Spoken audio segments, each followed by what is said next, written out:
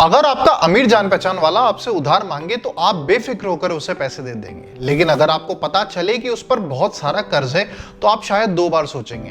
Countries को उधार देने का सीन भी कुछ इसी तरीके से है। आपने सुना होगा 1 अगस्त 2023 को रेटिंग एजेंसी फिच ने यूएस की क्रेडिट रेटिंग को AAA से गिराकर AA+ कर दी है। इसका मतलब क्या है, मैं बताता हूं। देखिए, अगर एक बोरोवर को पैसा चाहिए तो डेफिनेटली वो लेंडर के पास जाएगा, लेकिन उसे कैसे पता चलेगा ये भरोसा करने लायक है या नहीं? The simple answer is credit rating. Credit rating AAA से लेकर के D तक होती है। AAA का सिंपल मतलब है हाईएस्ट रेटिंग और ये सबसे कम रिस्क डिनोट करता है। वहीं अगर हम बात करें D की तो D मतलब डिफॉल्ट, इसका मतलब सबसे ज्यादा रिस्क इसी कंट्री को पैसे देने में है। रेटिंग जितनी अच्छी होगी, इन्वेस्टर्स उतना ही कम इंटरेस्ट चार्ज करेंगे लोन देते वक्त। ये रेटिंग 3 मेजर ग्लोबल फर्म्स देती हैं, S&P that is standard and poor, Fitch and Moody's. ये कंपनीज और गवर्नमेंट दोनों को रेटिंग्स इशू करती है। तो यूएसए का रेटिंग AAA से AA+ होने का मतलब है कि अब यूएसए को लोन देने में ज्यादा रिस्क है।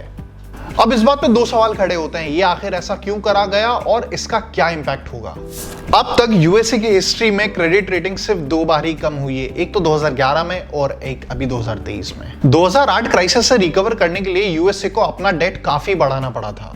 2011 तक आते आते US had reached its debt ceiling and after that there was a long debate कि इसका डेट इंक्रीज करना चाहिए या नहीं।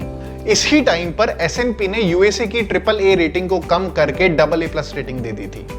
लेकिन अगर डेट सीलिंग ही टच हो जाए तो पैसा और कैसे बोरो करें? देखिए, ऐसी सिचुएशन में यूएस कांग्रेस इवैल्यूएट करती है सिचुएशंस को और ऑथराइज करती है डेट इंक्रीज करने को। अब इस बात पे यूएस डेमोक्रेट्स और रिपब्लिकन्स दोनों की अलग अलग फिलॉसफीज हैं। एक तरफ तो डेमोक्रेट्स कहते हैं कि गवर्नमेंट स्पेंडिंग को बढ़ाकर कंट्री की इकोनॉमी को स्टिमुलेट करना चाहिए, और दूसरी तरफ रिपब्लिकन्स का मानना है कि गवर्नमेंट स्पेंडिंग्स को कट करके डेट को कंट्रोल करना चाहिए। डिस्पाइट ऑफ दिस, दोनों पार्टीज नेगोशिएट करके कहीं ना कहीं यूएस डेट सीलिंग को म्यूचुअली बढ़ाने का डिसाइड कर लेती हैं। इनफैक्ट 1960 से लेकर अब तक यूएस डेट सीलिंग 80 बार रेस कर दी जा चुकी है। And now over the past 2 decades, the US debt has risen sharply. And this is because of such various reasons like war on terror, financial crisis, and most recently COVID. In fact, January 23 में US का date $31.4 trillion तक पहुंच गया था, जो इसकी GDP $23 trillion से भी ज्यादा है। So the question is, where do these countries borrow from? They issue government bonds which other countries and individual investors buy. And the second question is, अगर US का डेट इतना बढ़ रहा है तो US गवर्नमेंट बॉन्ड्स क्यों खरीदे जा रहे हैं? The answer to this question is not as simple as you think. It will require a separate video. So if you want one, please comment down below. But the first answer is US economy has been the most robust over the century and it has performed very well in other aspects like innovation. And the second is US can print as much money as they want. So technically it can never default on debt. Since US dollar काफी ज्यादा foreign trade में use होता है तो इसीलिए उनके पास एक benefit है, that is export inflation. But as we found out last year, the US is not as inflation proof as investors used to think. The yield on the 10-year treasury rose from 0.5% to 4.2% last year as the Fed increased the interest rates to combat inflation.